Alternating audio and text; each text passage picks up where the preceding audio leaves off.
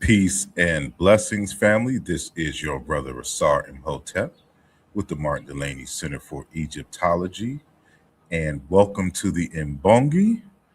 And today we have a very special program. This is going to be a lecture, so make sure that you have your pen and paper ready. And if you're not taking notes, at least jot down the timestamps for important information that you may want to revisit. But today we are going to go over my presentation from this year's ASCAC conference way back in April of this year, 2026. And so the title of my presentation was The Power of Sound, How Paronymy Shaped Ancient Egyptian Royal Symbolism and Religious Praxis.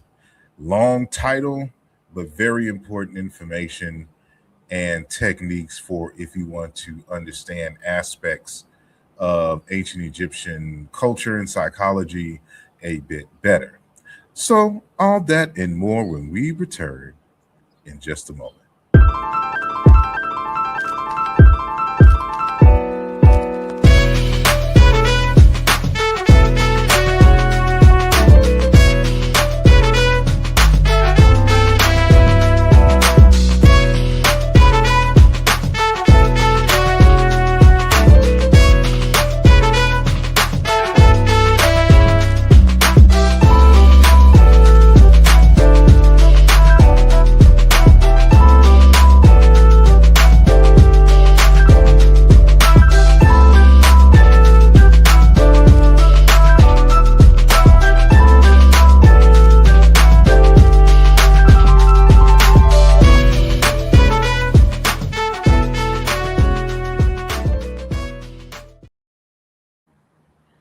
And we are back, and today I'm outside, so you may hear some randomness, be mad birds out here, an occasional dog will walk by. I don't know if you'll hear the deer. Every now and then you may see some deer walk by. But I just wanted to welcome you all to the Mbongi, and I'm not going to hold you up. I know it's been a while since I've done one of these presentations, but of course, I've been busy. So we will just get started like this. And this is the beginning of the slide presentation. And so as I mentioned before, the title is The Power of Sound, How Paronymy Shaped Ancient Egyptian Royal Symbolism and Religious Praxis. And we must know, of course, that one of the jobs, I should say, or one of the ancestral missions that I was brought to Earth to do was to recover our ancestral memory and tie them all together and create systems built from it to improve and enhance the life of African people moving forward. And so today I am your neighborhood ancestral memory recovery specialist, and we are going to recover some important memory today. So in order to really kind of understand the nature of this presentation, we have to understand two works that I'm working on. So I'll start with the one on the right, which is an introduction to Kimoyo. And so if y'all familiar with Kimoyo is a Kikongo term, which we define as the interchange of the mutual exchange of life forces that add life to life, right? And the philosophies, procedures, and everything that make this vital force exchange system work. And so we use this as a substitute, a more accurate term for what people are calling African spirituality, right? So I'm working on an introductory guide to help, folks who are coming into this information on how to more accurately view and utilize the source materials from which they will be reading in the future. And within that larger context, there is another text which ironically is going to come out first. It's called Paths to Ma'at, Essays in Honor of Dr. Mbongi Bilolo, who is pictured on the left-hand side at the top. And so for those that don't know, he is an Egyptologist and philosopher out of the Democratic Republic of Congo. He is part of the Baluba people. And he has written many works, primarily in French and German, and in his native Chiluba Bantu language. And we have translated a number of his articles and texts. And I have contributed several chapters, as well as some other philosophers and professors out of the Democratic Republic of Congo who have also contributed to this text. So this will be out at the end of the year, and I hope to share more with you about this soon.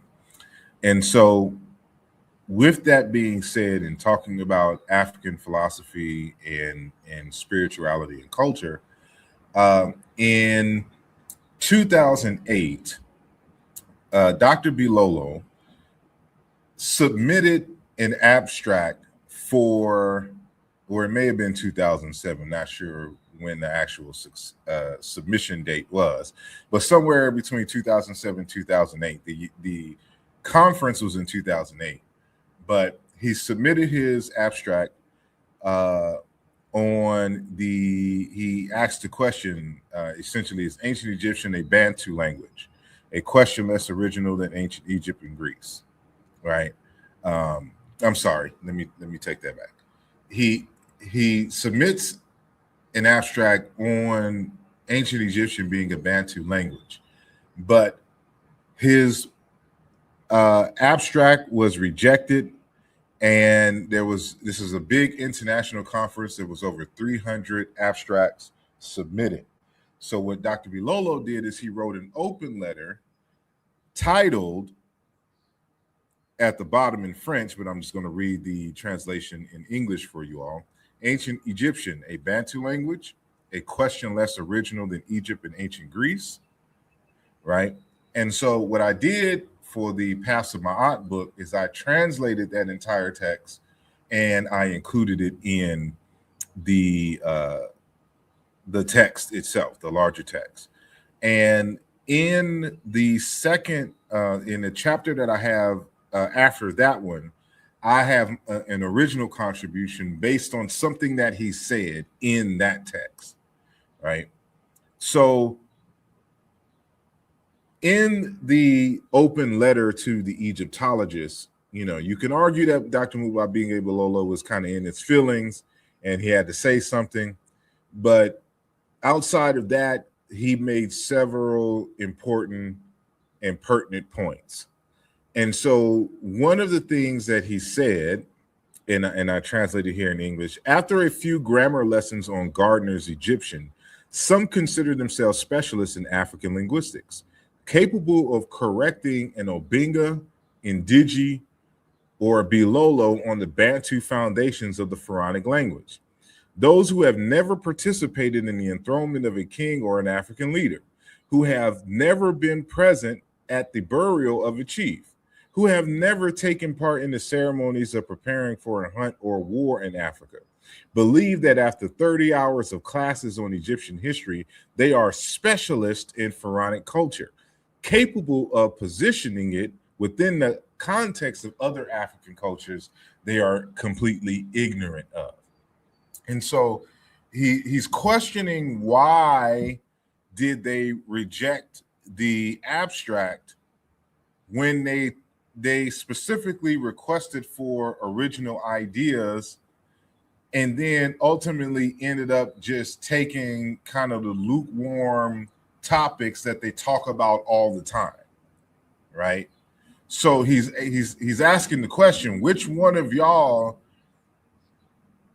have the qualifications to reject the abstract and the knowledge to reject the abstract as less original or worthwhile? Those of you who have just taken a few classes on Egyptian history and culture, and now you become specialists about Africa, and you haven't been a participant in any of these particular procedures that we're talking about, but which y'all discuss all the time based upon your interpretation of text, right? So he continues, we do not have the same attitude, talking about African people, we do not have the same attitude towards the skin of a leopard, lion, or crocodile. For example, the leopard is me. It is my double. It represents my power. It is a symbol of our royalty or divinity.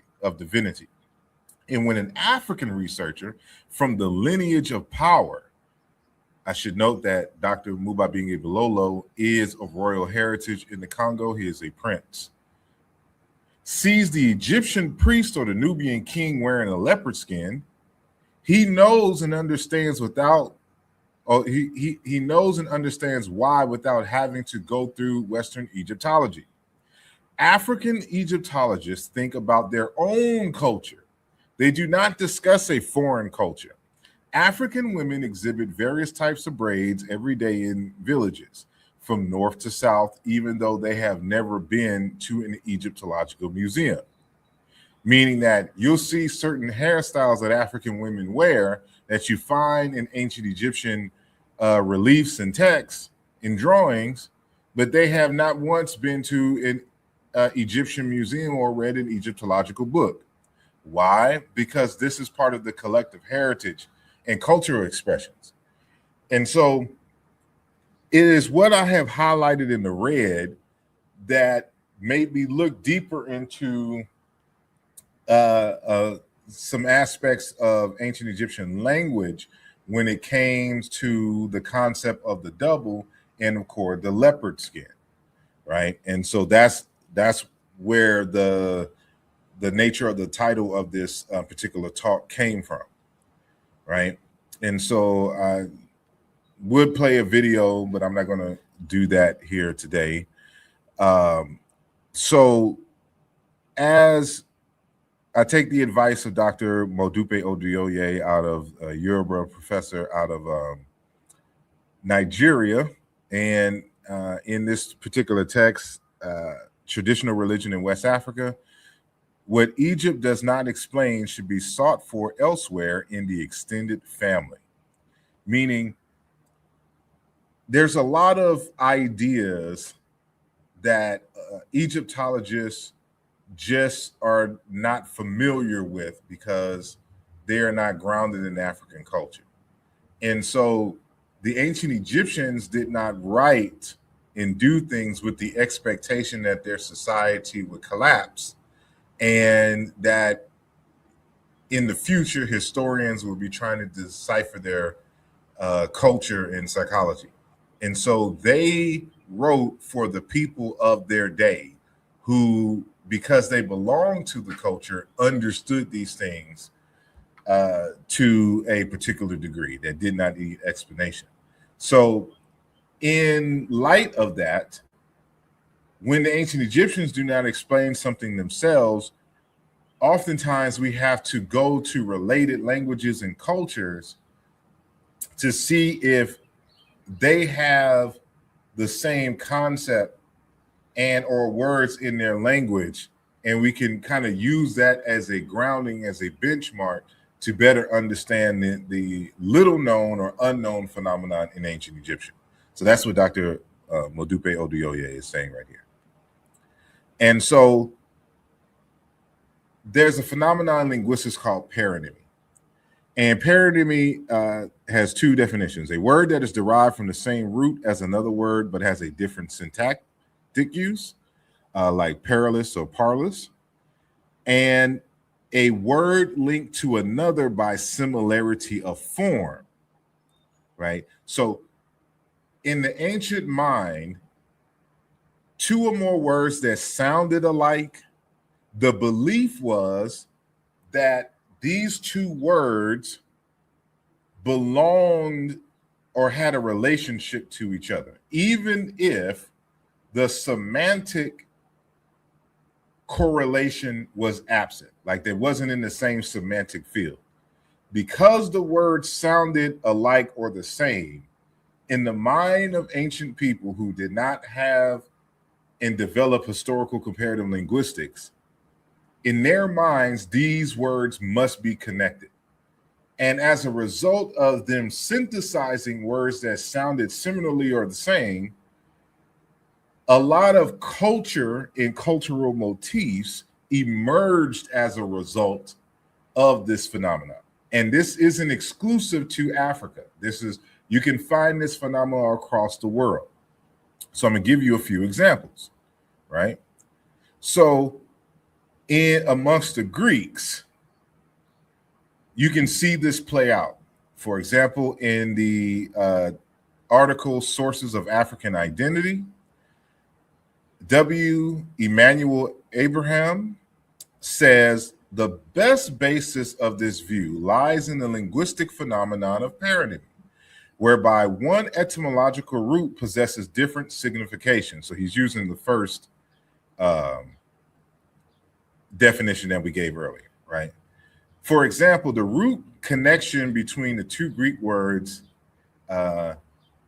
laoi, men, and laoi, stones, is pronounced to be the source of the myth of Deucalion, or the Celion, and I don't know how to pronounce that word, and Pyra, or Parha, according to which men grew from stones. The general idea in such accounts is that adults used colorful and concrete language in their communications, and children lost the original meanings while retaining the colorful expressions. And so, obviously, laoi and laoi, or loi, or laoi, meaning men and stones, are not related historically. However, because they are pronounced similarly, and I'm mispronouncing it, obviously, the Greeks created a myth where men grew from stone, right? Now, the Egyptians did a similar thing, except their word for men didn't sound like their word for stone. It sounded like their word for tears. So in the coffin text in Spell 1130, it says, I created the deities from my sweat and humans from the tears of my eye. And so this is allegedly Ra, the sun god Ra, speaking. And so the two words under consideration is Remech on the far left, and then Remiet in the middle here, both highlighted in red. So Remech means humans or men, and then Remiet is the plural, feminine plural for tears.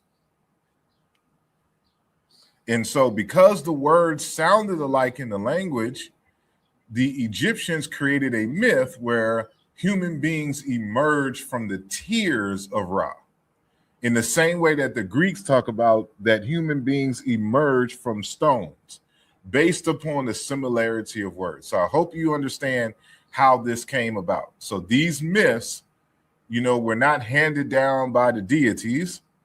They were made up from the minds of human beings who didn't know historical comparative linguistics, and that words evolve in terms of pronunciation and semantics over time, and that words historically that did not sound alike can over time, through dialects and other sound changes, come to sound alike, right? So we can see this creative motif with the goddess Ma'at. And so you'll see a lot of motifs surrounding the goddess Ma'at, because there are other words that have nothing to do with what she is the personification of. So remember, Ma'at is the personification of justice, truth, reciprocity, etc., etc., righteousness, rightness, correctness, etc. The symbol used to represent Ma'at is an ostrich feather. Now it has multiple pronunciations, but one of them is ma'at, the H6 hieroglyph that you see at the top. So since ma'at is pronounced the same as the word for feather, that's why you see ma'at with the feather on her head. Then there's a ma, and these words are not pronounced this way in historical, but I don't want to get into it right now, but just so y'all who are familiar with it understand what I'm saying. So ma is the word for to extend, for example, your limbs, like to outstretch your arms. And this is what you see her doing in this picture here. It is also the root word for to give somebody something, to offer. You literally outstretch your arms to give somebody something. That's going to be important for the next slide. And so we have this other version. There's a ma, a duck head, and then there's mash, duck, right? Two dialectical variations. And also with this word ma, meaning wind, breeze, or favorable wind, right? And so when you combine the duck with the wind and the feathers, then you can see why the goddess Ma'at has the feathers and the wings attached to her arms, right? Because wind and wings go together in flight and the like. So you can see how the creative motifs come together and they synthesize in this personification of the goddess Ma'at. And so because the word Ma'at means to, there's another word Ma'at that means to extend the limbs and to offer. This is where you get offerings from, right? And you can see here Ramesses presenting Ma'at to the deities. So he's offering, giving, extending his arms to give Ma'at, to establish Ma'at and give him, in many ways, symbolically translating, or I should say, giving his truth, because Ma'at is truth, right, to the deities. But that's all because all of these words that have different meanings sound alike. And so we can synthesize them creatively, and this is how it expressed in ancient Egypt. Well, this comes to the crux of my discussion here and what I go into in the paper, in the chapter in the book, Paths of Ma'at in dedication to Dr. Mbongi Bilolo. So what we discussed, he said that the leopard and the leopard skin represents his spirit double.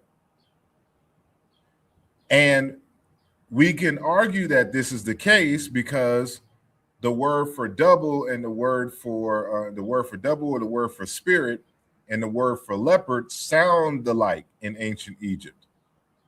And what I argue is that this early sounding alike is where we get the word bit from in the phrase nesu biti, referring to the king, right? And so at the bottom, we can see, for example, in Chiluba and Bala for the word for wild cat, and then in Bada for leopard in the Shishona language. And we'll see that, you know, words for spirit and things sound the same or similarly in other African languages. So what we see in ancient Kemet is the same as what we see in other African languages and traditions. And so even though we say ba in our pronunciation, that symbol that you see here on in highlighted in red is an R sound. And we believe that it is more specifically the nasalized uvular trill, which is a type of R sound that you pronounce from the back of your throat, but in this case is also nasalized. It's a sound that I can't pronounce because it's you know, it's like a hr, like in French, like hros, but it's like you kind of maybe again, it's a sound that doesn't exist in English, so it's hard for me to try to do, but nasalize at the same time. And we say this because this symbol here also interchanges with R and the N as a Nancy sound, right? So, and is represented by the vulture glyph in the ancient Egyptian hieroglyphic script. And so this is how you would say, or one word, because they have several words for vulture. One of them being igun in the Yoruba language, but another one is arawo, and that's a possible pronunciation of that hieroglyph, arawo, right? But so what I want to show here is that the nasalized uvular trill, that special type of R sound, in another form, this is where you get this kind of J or Y pronunciation because it was palatalized, so that we know that a front vowel followed it like an I or E, and so it caused palatalization, and this is how it shows up on the in the hieroglyphic script. So you can see the sound changes between the forms here, and you can pause this and kind of focus on it to see how it is done. Like in the case of the cargo boat, ber, right, and then it becomes bait in a transport boat, or bai in another variant of the transport boat where the two reed leaves instead of one reed leaf is present, right? And we can do this for a whole bunch of terms, right? And we see the same in the Chiluba Bantu language, right? So we can see, for example, that same word bayit, snake goddess, or biar, sacred serpent of Elephantine, in the Chiluba Bantu languages, Mbongi, a name of a serpent, right? And then we have, it could be buyi, boyi, bayi. We don't know the vowels in between. But for an insect, a wasp, or whatever in the New Kingdom, we have in Chiluba, chibayi, butterfly, moth. And then we have mbeli, is partial reduplication, mosquito. And so we know that I that we have represented with the J grapheme corresponds to an L or a D sound in Chiluba Bantu, but also that Y. And so when we see the word for, so-called biti, king, it is baya or mbaya, husband of a man, and then related to baya, to hold firm, to support, set of a struggle, to establish order, to organize, for example, a country. So what the Chiluba Bantu language informs us is that in a biti or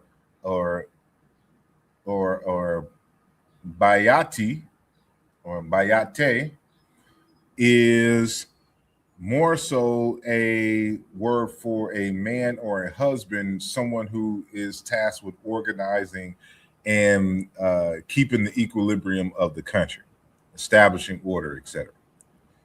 Which is why the king is so closely related to Ma'at.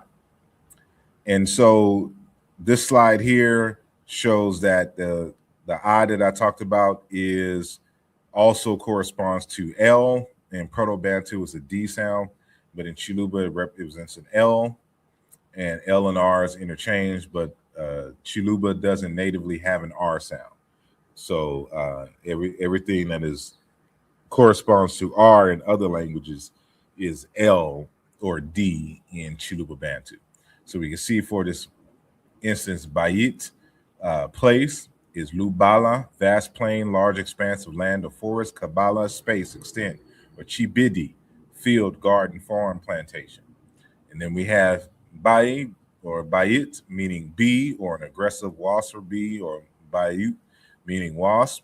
And you have in Chiluba, Lubilu Bilu, or Lubulu Bulu, or Bulu Bulu. meaning honey, but the first two terms is a word for bee, right? And it's this types of correspondences that we can establish the genetic relationship between the two languages, and we can effectively do on a scientific basis what Modupe Oduyoye challenged us to do at the beginning of this lecture. That's what the Egyptians do not explain. Go into the related languages and cultures, and they'll be able to explain it. So when we want to know what bİti is, or we want to know what the leopard skin and all that represents, we have linguistic and scientific grounds to go amongst the Baluba people and see what they are doing and have historically done to have a cultural grounding and framework for the aid of understanding what is going on in ancient Egypt, primarily because now we can establish these are inherited from a pre-dialectical mother culture. These are inherited ideas that exist in the two daughter languages and cultures, one being ancient Egyptian and the other being the Baluba, or excuse me, the Chiluba language of the Baluba people of the Democratic Republic of Congo, right? And so to understand the nature of the Ba, you got to understand the concept of the people, of the person. So I won't read that, but you can pause this and read it for yourself. And one of the things that I do in the article is I show how, you know, these same terms exist in related languages. So for example, in the middle row, we have the ka, the so-called ka, but remember that sign there is a nasalized uvula trill, so it's an R sound. So, and it's confirmed in the tree language, Akan tree, and it is pronounced Akra or Akara, which is the soul of a man, his destiny, his fate. And in Chiluba, we pronounce it Mukishi, the double shadow or spirit of a person, right? And then we have the so-called Ba, the soul, spirit, glory, respect, authority, power, strength, fate, which would be in Chiluba, Mvidi, spirit and shadow. And in the tree languages, Albro, which deals with the kind of manner of life and character, the spirit of a thing when it comes into the world and manifests itself, right? Then you have the Rin, which is just a dialect variation of the Ka, meaning name, and then the Ka, through linguistic evolution, also became Ber, or the Ba, meaning to animate or to name, right? And in Twi, it is Edin, name, the good name, reputation, character, a well-known name, renowned, celebrated, famous, Baoding to mention, right? Or Boding to mention is the phrase. In Chiluba Bantu, the R in Rin has been lost. And so it's just, now you just hear it with the prefix G. It's a D, but they pronounce it like G. So Jiena, meaning name. So it's still there as the N on the name. And then in the Twi language, Akan, you have Asebo, meaning leopard.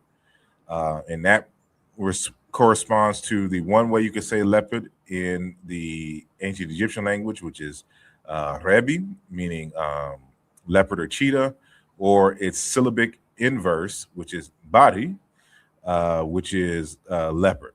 And so that form corresponds to what we have in Chiluba as Chibalabala, a species of wildcat, or Jibalabala, Mbala, or Mbale, which means cheetah, and Bala, wildcat, which we mentioned earlier.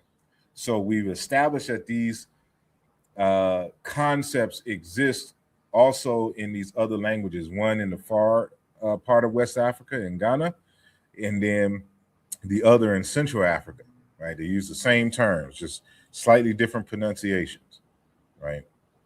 And so when it comes time to understanding why, for example, the leopard skin and the double is in the concept of spirit is linked together, is that's because in various languages, especially in ancient Egyptian, these words all sounded similarly, right? They had the same consonantal structure, and they may have different vowels, but the people may, if they did have different vowels, the people may have interpreted it as just a slight variation on the same semantic template, right? So, for example, we can see in the first highlighted row, the blue, we have Necheri, meaning the heart of the gods of kings.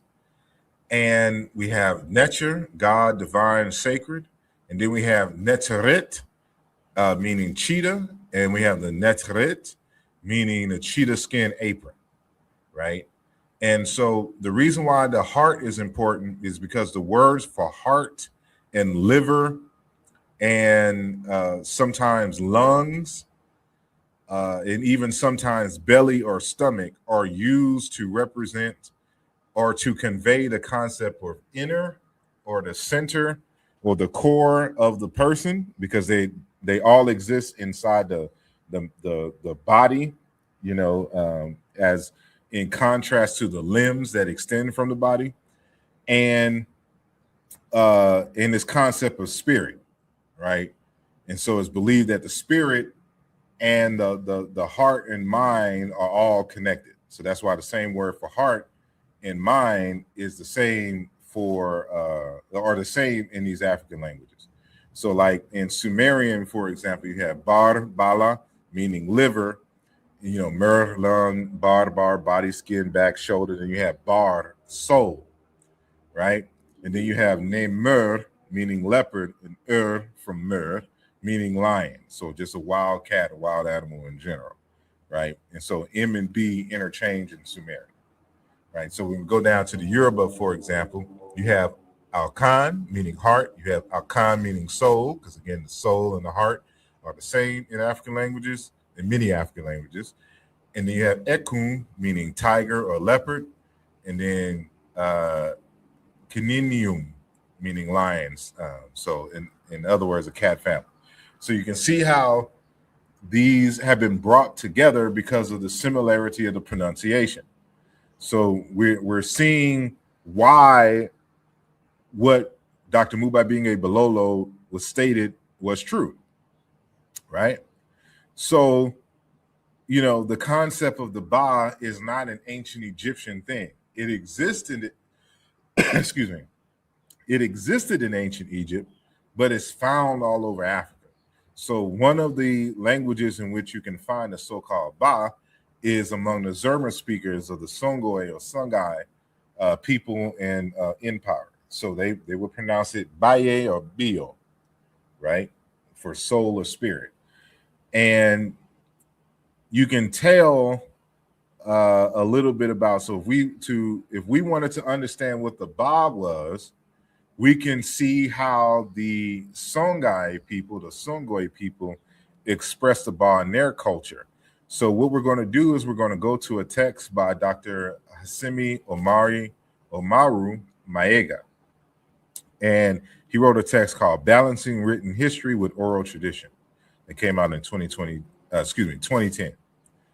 And so he says here, right, besides the hun or hunde, there is the bio, the double, or the ba, the double, which is the reflection or the shadow of the living soul.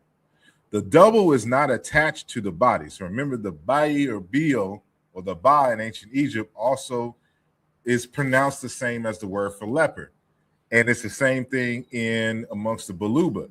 So you can see how when Bilolo says, when somebody of African royalty in priesthood sees the leopard skin, they automatically think of their double, their spirit double in the ancestral realm, right? Or in the, what we say in the Yoruba tradition, the Yorun, right? The spirit realm, which is the reflection or the shadow of the living soul. The double is not attached to the body. On the contrary, the double remains separate from the body, but is always nearby. A person who is separated from his or her bio becomes ill until the bİ returns. For example, the Songhai explained dreams, possession, and even clairvoyance through the bİ, which actually is the one who has the experiences. So when you have dreams, according to the Songhai people, it is really your bİ, your spirit double, that is going through the spirit realm and having experiences and relaying it back to your mind. The dream, for example, is just a reflection of what the bİ has experienced while the person was sleeping. Some magic practices consist of replacing the bİ with something else other than one's own double. After death, the bİ remains beside the deceased and goes tormented to the other world unless the descendants of the deceased person give the double another place in which to reside. So this is one of the reasons why we have funerals the way that we do in Africa, because, you know, the spirit double may linger around here taunting, not on purpose, but it doesn't know that it's no longer attached to the body, it's deceased. So we have to do rituals and things that it will recognize to know that you need to go and exist now in the old room, in the duat. And if need be, we'll call you back. And when we call you back, we'll call you to the statue, we'll call you to this throne, we'll call you to the staff, you know, or shrine or whatnot, and then send you back when needed. So that's what that is. So here's an image of the Ba or bİ leaving and returning to the tomb and shadow of Amenemhet from the Ramesside period, right, in Theban tomb 218. So you can see the Ba in the left-hand corner, and then you can see the Ba at the bottom, but you can see the shadow, the double. So they slightly changed some things in ancient Egypt, and we'll get into that in another time. So another area in which the paronymy came about. So not only is, and I should mention that the reason why the Ba is represented as a bird is because the bird is also pronounced Ba or Bayi or Bayu, right? And so that's how it comes together, in the same way that all of the symbols come together to create the goddess Ma'at. It's the same thing in ancient Egyptian with the Ba. So, but if you notice with the Ba, there was these kind of spots and speckles on the Ba. So here's a representation of the Ba, and you can see all the speckled spots on it, and it looks just like the leopard spots, according, you know, when you synthesize the ideas. So this is probably one of the other reasons that the Ba bird, you know, whatever kind of pigeon or dove that was chosen, is because it had these spots. And remember that you can pronounce the leopard as either Ba or the inverse of Bar. Let's just use A's as the vowel. So let's say Bara, right? And if we switch the syllables around, you would get Raba, right? And so it's in that variant, you have this form Sraba, meaning many colored, and or that's how it's defined in the dictionaries, but we have a better translation for that. So we argue that it should be spotted. And so it is that Sarab is used in Sarabit for the dappled cow or cow with many spots, and Sarabit or Sarabit, let's use a different vowel to distinguish it from the speckled snake. And it gets its name from the Rab, which is a black and white bull. So it has this black and white contrast with these many spots. So then it becomes the words reb, splendid, dappled, calf, colorful, meaning just many different colors, many different spots and spectacles, right? And so when we do some comparisons in related languages, for example, like if we have rabach, meaning to mix, to join, to be merged with, it corresponds to dapa, to mix, to mingle, join in the Yoruba language. Rab, meaning to cease, to avoid. The bao, cease. Dabu, to cross. because there's a 𝃀𝅀𝏆𝑏, meaning to pass by, to cease, to avoid. And the P becomes B, or voiced, in between two vowels, right? And so we have a different variant, rouge or rouage, to be firm, to prosper, to succeed, which becomes dépôt, to succeed, to be a substitute. And then we have 𝑓reb, splendid, dappled, of calf, colorful, which becomes dapa, freckled in the Yoruba language, right? And in Chiluba, the D is T. So we have toba, to speckle, or taba, or toba, to speckle, to blotch, to be spotted, to be speckled. Jitoba, spot, speckled, right? So we see these terms, and so we know that it has to deal with speckledness, freckledness, spots, and not simply multicolored. It's not multicolored, it's multi-spots, multi-freckles, multi-blotches on the skin, or the surface of a phenomenon, right? So and so other forms in for the ba or bara, if we want to use that pronunciation, in Chiluba, we have jibaja or jibashi, spot, speckle, lubiki, lubwiki, light spots on the skin, right? And I don't have to go into the sound evolutions of what's going on here, but the lubiki, lubwiki, that is the older form before you get to the forms that you find in Egyptian, right? So now this becomes important when understanding royal motifs, because now you can see why these royal motifs exist. So the Indo-European speakers borrowed much from Africa, including our concept of kingship, and they adopted these royal motifs, not understanding how that came about. You can only answer these questions regarding how did these concepts become associated with kingship in amongst the Indo-Europeans with African languages and culture. So with the ancient Egyptian being one of them. So you can see here that we have, let's say bura, lance, imbura, carrying pole, buruk, olive wood staff, burai, pegs, being posts, burit, bush, shrub. That gives you the staff. When you see kings and people wearing staffs, that's because the word for staff sounds similar to the word for leadership or king or elder or chief or man or person, right? And so we have Rabi and Bara or Bari, meaning panther or leopard. So that's why you see the leopard skin and leopard spots on the motif of the king. So on the right-hand side, you can see the king wearing the leopard skin across his body, right? And then, of course, you have Bar, manifestation, might, and power. Barawi, meaning magistrate, and Baru, meaning glory, respect, authority, power, strength, fate. And this is the word that becomes king when the T suffix is attached to it, and the nasalized uvular trill, the R sound, becomes palatalized and becomes ye.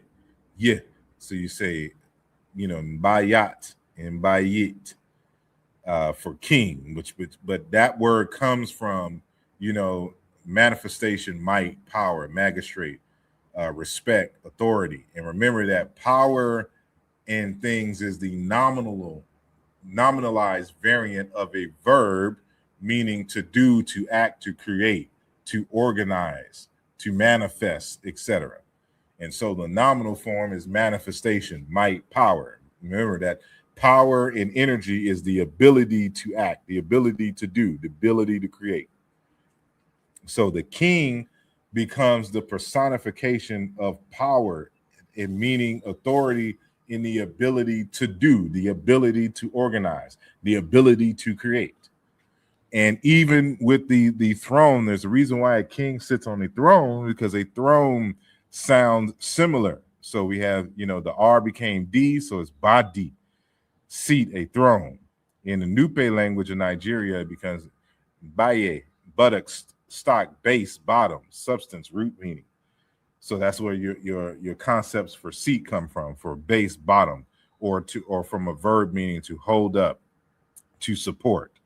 And they become words for pillar as well, right? So you can see across Africa, the leopard skin, this is a phenomenon. So it's not, other Africans outside of Egypt aren't trying to imitate Egypt. This is part of the ancestral heritage. You can see him with he's the elder here. He's from southern Ethiopia. He not only he not only has the leopard skin across his body in the same way that you find in ancient Kemet, you see him holding the staff, just like you see the person in ancient Kemet, right? You can see other Africans, and on the right hand, the right bottom, you see the Dinka in Sudan, and in the Egyptian reliefs about the Dinka, right? So these are the kinds of things that we do. So when you read the hieroglyphic script, you know that they represent the jµs by the symbol of a B, because the word for B sounds like the word for king. So you can use the word B, or you can use the grapheme of a B to pronounce the name of the word for king. Just like if I wanted to say, I believe, right? I believe, if I wrote that down, of course, I can use the Latin alphabet sign for I, capital I, and then the letter B, the letter E, L-I-E-V-E, and say, I believe. Or I can use a picture of an I, and then I could put a picture of a B, and then I could put a picture of a leaf, right? So I believe, or I believe, and you still get it, even though, leave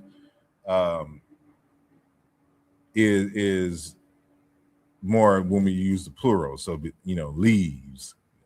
We don't use leave in the singular, but you get the point. And so in the same way that we can use, bayit, be, to say the word king, it's the same way that I can use be in, I believe, to write the be in the I believe. So this is what is happening here. So there's different variations of the word for king that is cognate with what you find in Africa. So the short form of this is Oba, king, in the Yoruba language, and it is Iba, father. Then you have in Southern Nomadic language, in the Ari, Bitin, chief. In the Hamer language, Bita, chief. In Kikongo, you have Mbuta, one who is older, an elder, senior relatives, superior, a chief, a head man, a captain, manager, a maternal relation, an adult. And then we have the Wolof, which in verb form is, closer to the pronunciation of biti, or how we would say biti. It is bayete, to be fatherly, to act as a father, protector, chaperone, and caretaker, right? Because that is the role of a king.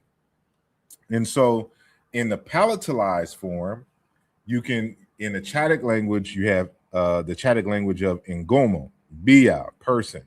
In Central Chadic, it is, Bey, chief. In Gisiga, boy. In Munjuk, Pei. In Daba, Bey. In the Mafa language, boy. In East Chadic, Mawa, Bo, man, to be human, a person. And of course, we reintroduced the Chiluba form, Mbaya, husband of a man, not husband of a man, separate lexeme, man, right? And then Mbaya, to hold firm, to support, said of the struggle to establish order, to organize a country. So the language is telling you what the role and expectation is of an elder, a chief, a manager, a leader, right? It's somebody who what I argue is a developer and maintainer of robust yet flexible systems. And we'll get into that more a little bit later. So in the Zerma language, it is, instead of the B sound, it is pronounced with the M. So we can say, like, Barari, meaning I in Chicam. Zerma is Mo. And so that Birari is partially reduplicated. So it's like body, right? So it's Mo. So we can say Boro. It'd be Mo in the Zerma language. And which is in West Africa, Mali, to be exact. In parts in Niger, I believe. Body to distribute, to pour out. Moon, to pour out. Bayiri, or Bayiri, to be far from, to remove oneself. Moru, far. And then we have the Ba, or Bari, meaning leopard, which we have Mari, meaning leopard in Zerma. And then Habar, or Khibar, command, leadership. Bar, power, might. Me, to rule. Megari, chief of a village. Mere, power, authority. Right? So these are important things. So that's what I'm saying. Like, one of the reasons why we do this is that ancient Egypt is not special in these concepts.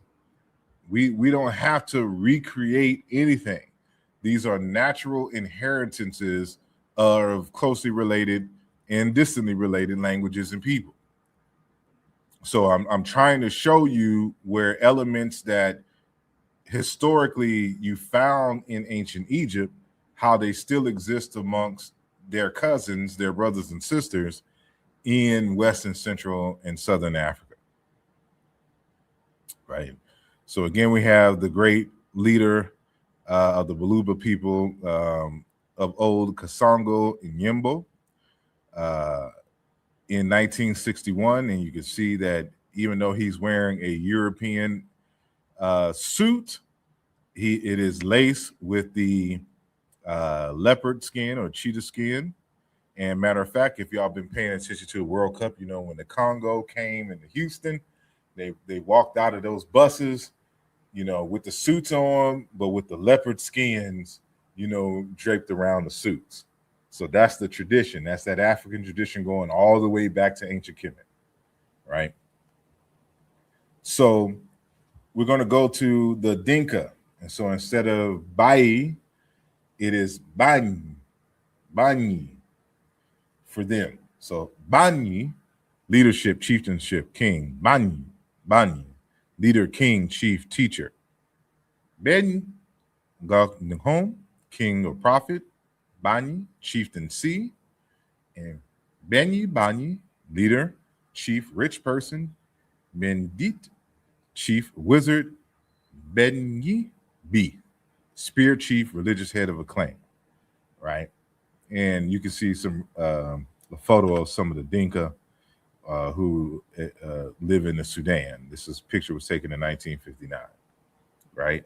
So instead of the forms like in Kikongo and Buta or in Baya, amongst the Baluba, this is their variant of the same term, Bani, right? But I bring them up because when you look into their culture, they're close to they're close to Egypt. So remember that the kingship, the ideas of kingship come from Sudan into Egypt, and not the other way around. So Dr. David Graeber wrote an article titled The Divine Kingship of the Shilluk, and the Shilluk are a brother clan of, or a sister clan of, the Dinka. So when you type in the Nuer, the Shilluk, the Dinka, they're different language and different ethnic groups, but they're very closely related, and kind of close by historically, right? So the Shilluk on violence, utopia, and human condition, or elements for an archaeology of sovereignty. And on page 15, footnote 14, he states Frost, another scholar, suggests the institution of Mbongi, suggests the institution might ultimately derive from military leaders referred to as Banyi. I'm sorry, there's another institution that he's arguing comes from the concept of Banyi. The leaders referred to as Banyi, who at least among the neighboring Dinka, who we saw above. So remember that the Shilluk, the Nuer, the Dinka are closely related people. So they have the same term for leader, chief, king, elder, and etc. Banyi. So they're saying the Shilluk have this military term Banyi, but he adds another caveat for amongst the Dinka, who at least among their neighboring Dinka also have rain-making responsibilities. So if you know anything about historical Africa, you know that the king, first and foremost, is a chief high priest. And he is supposed to have an unblemished and sinless character about himself, the purity that he resonates on the frequency of spirit, so much so that he can then demand certain spirits to respond to the needs of the living community. Now, whether this is right and exact in reality is beside the point. We're showing historically the psychology of how these practices came to be in these associations and how they manifested themselves in ancient Egypt. And so the Banyi, the jµs, first and foremost, is a rainmaker. But it doesn't rain in Egypt. So how does that play out, right? And before I go there, I just want to show that this goes beyond, for example, the Dinka in the Sudan. That we can go all the way to South Africa, and we'll see the same phenomenon. So in the text, the article "Breaking Ground: Holes in Pre-Colonial South Africa Typology, Medium of Exchange, and Symbolic Value," talks about the use of hoes in marriage exchanges, right? The whole thing is about hoes, but I'm just going to skip down to where it said, starting from the middle, kept for generations, talking about the hoes, and placed on shrines. These hoes, they were considered to have special powers of protection and healing. In a shrine, the chief, the Banyi, the Nesubiti of the Banarene near Zanin, probably related to the same word that gives us Tanzania.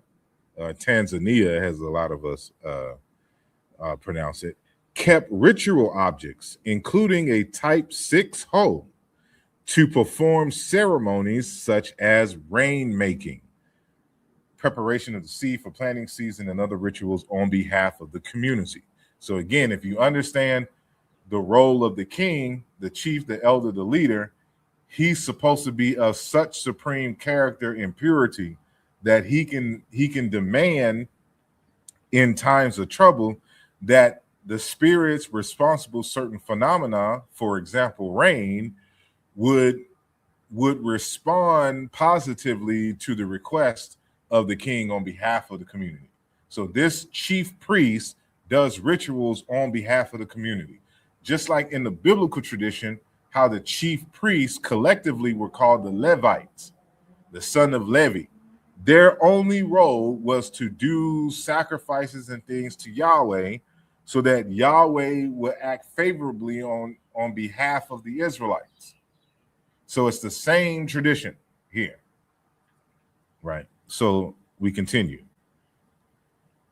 So what we see here is the Scorpion-2 mace head, which you see here on the left-hand side. And on the right is a facsimile or a drawing of what is survives on the mace head jar. So you can see some of the parts of it kind of have chipped off over the years. And so, but what you see here is the pharaoh, and you know it's a pharaoh, one, because he's wearing the hat of Upper Egypt, the Ħeghedhët crown, and he is wearing the bull's tail, right? These are all emblems of royalty. But notice what he's also holding in his hand. He's holding a ritual hoe, just like in Southern Africa. And because it doesn't rain in Egypt, they relied on the flooding of the Nile. And so the role was the same in terms of the king supposed to bring water to the community. So instead of appealing to the god of rain, they, in essence, appeal to the god of the river. In this essence, the river now, the Hapi, the 𝃀🅀. And so what he's showing here is that he has the power to create canals, irrigation channels, so that when the Nile floods, the irrigation channels can fill up with water, and that is equivalent to the concept of rain. So they're showing you the role here of the Nesubiti. And we're saying that this also is a responsibility of the king, because the words for rain and the words for flood, etc., sound like the ancestral word for king and power and magistrate and leader, etc. So let's prove that. So before we go there, so before we get into the linguistics, so what I revere or reveal in the text is that what you're seeing here is that the king has the power to make the Nile rumble like bees. So if you ever heard the rushing waters of an active river, it low-key sounds like a swarm of bees buzzing by. So you can see the synthesis of these concepts because of the similarity, not only in the linguistic similarity, but in terms of the function and the hearing of the bees and the roaring waters. So it sounds like gurgling or bubbling, right? So Stephen Kirk, who wrote a book, Going Out in Daylight, Pertnam-Heru, the Ancient Egyptian Book of the Dead, Translation, Sources, and Meanings, he shows in this one papyrus of Neferwebenef, Turi of the mid to late 18th dynasty, talking about the king and the king's words here. So the author is referring to the king and saying, "You are Ru, you are Ruti, you are Horn, savior of his father. You are the fourth of those four gods, the select transfigured spirits, meaning the Aku or the Orisha, who declare hey and perform the chest pounding, who make the gurgling and bring water in their arms for their father at their legs. Raise yourself on your right, raise yourself on your left." So the important point is the who make the gurgling and bring the water, the mu, the maui, right? Or mowo or nomo in the Dogon language. So the M becomes N. It's normal.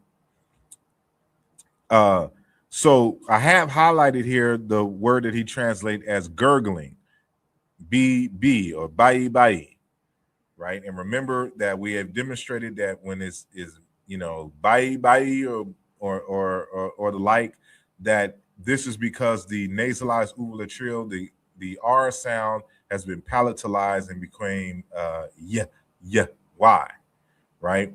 So we can show these forms in the forms that have not been palatalized. So that concept of gurgling comes from the notion of to well up, to rise up, to overflow, to be agitated.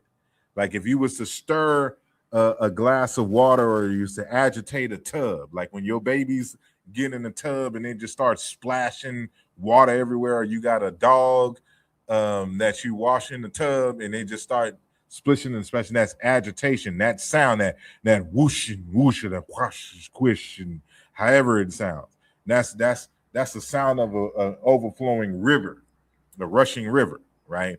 And when the nasalized uvular trill becomes fully nasal, it becomes an N sound.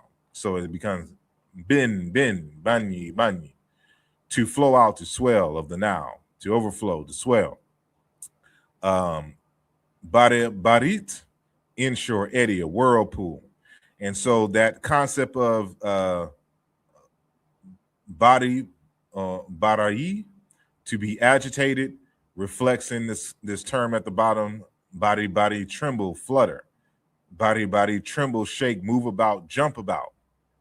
So you can see that they're describing, they're kind of synthesizing the act of the rising or the swelling of the now with the simultaneous rushing element in the agitation and bubbling sound, right? So when it's followed by the E or E sound, it palatalizes the R and it becomes B that we saw here to make the gurgling, to make the rushing sound of the flowing now.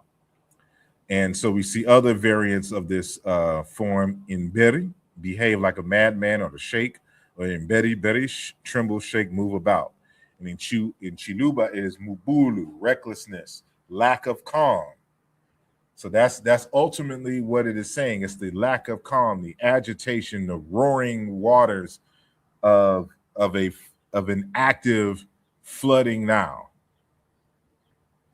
And so here are some other variations of it in some other languages, including the Hausa language, bulu or bulbula, to pour liquid in or out of a vessel with gurgling sound.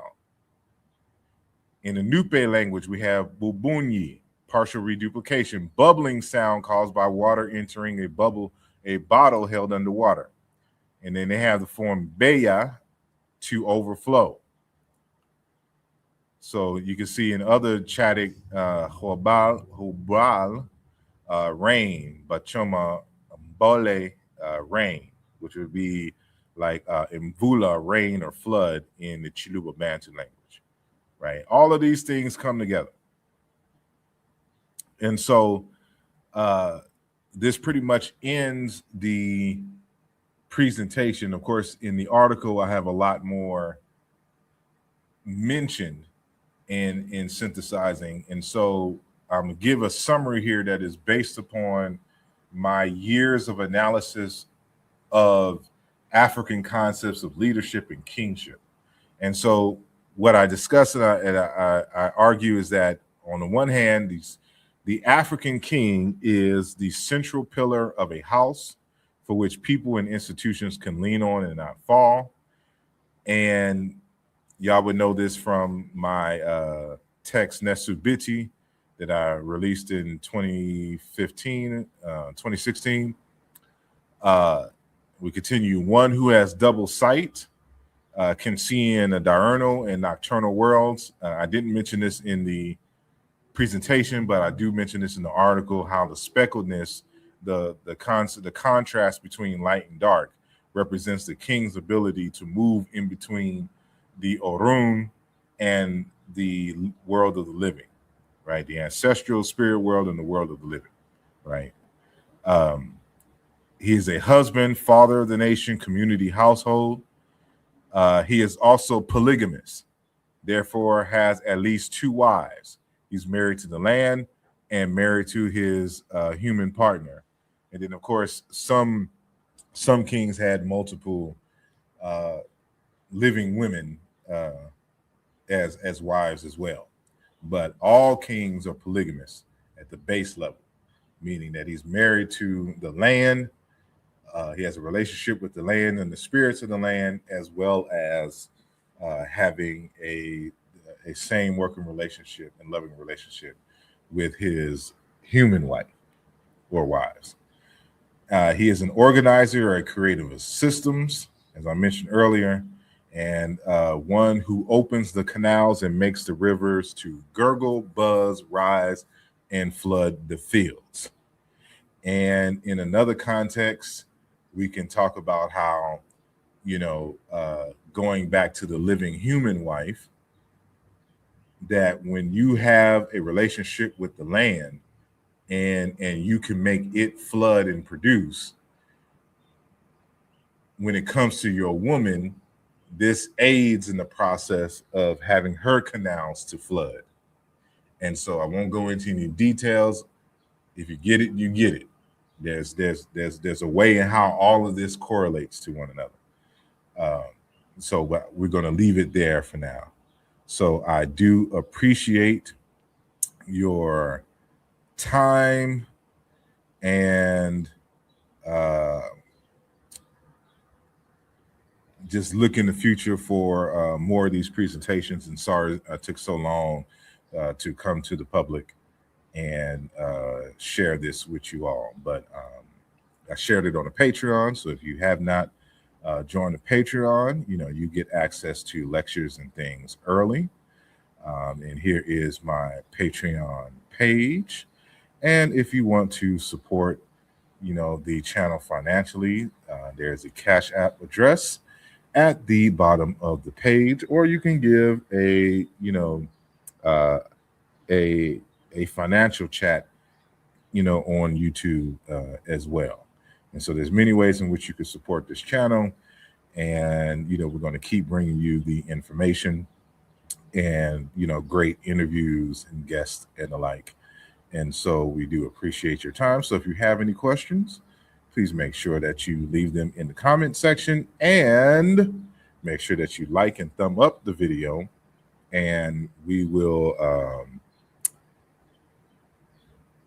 increase our numbers because y'all are subscribing and y'all are sharing the videos with friends and colleagues. And so with that being said, I do appreciate your time. And until next time, we are out. Peace.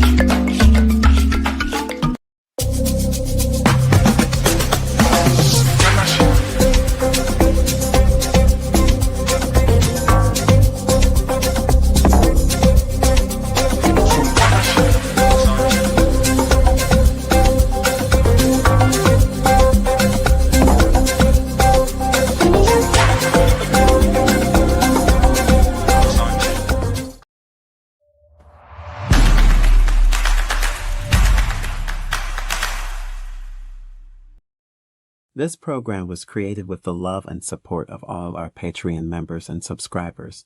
If you are not a member yet and would like to see more content like this, consider becoming a member today. The link is in the description of this video. Your support is greatly appreciated.